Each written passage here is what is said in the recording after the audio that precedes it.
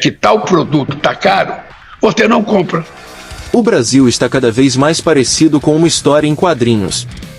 Mas não uma história de heróis, e sim de vilões.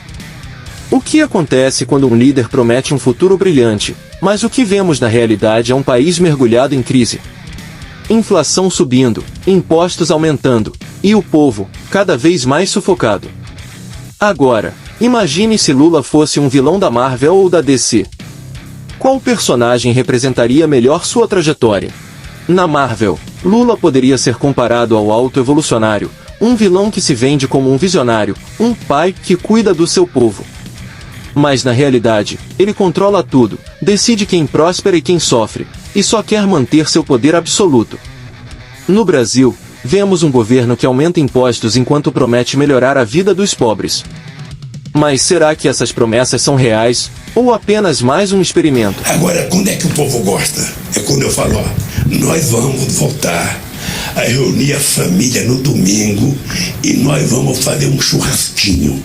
E nós vamos comer uma fatia de picanha com uma gordurinha passada na farinha e tomar uma porra de uma cerveja gelada.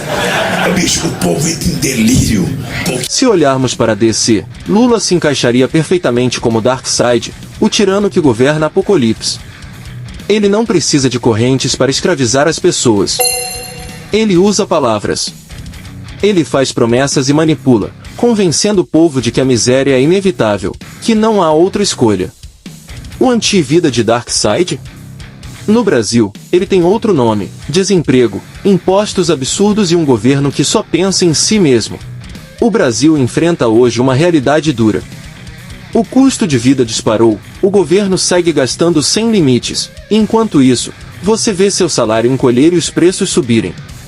Tudo isso enquanto Lula segue prometendo que vai dar certo. Mas até quando? A pergunta não é mais se Lula é um vilão dos quadrinhos. A pergunta é: o Brasil virou Apocalipse e ninguém percebeu? Até quando vamos aceitar promessas vazias enquanto a realidade diz o contrário? Deixe seu comentário e compartilhe esse vídeo. A verdade precisa ser dita. E não esqueça de deixar o like e se inscrever no canal. Até o próximo vídeo. Sabe, o governo ele tem, quando abrir a boca, as pessoas têm que acreditar. Para quem rouba celular para vender, para ganhar um dinheirinho. Depois vão pro bar tomar cerveja junto. Então é isso que nós temos que pensar. E também porque, viu, Leste, o ódio está disseminado no país.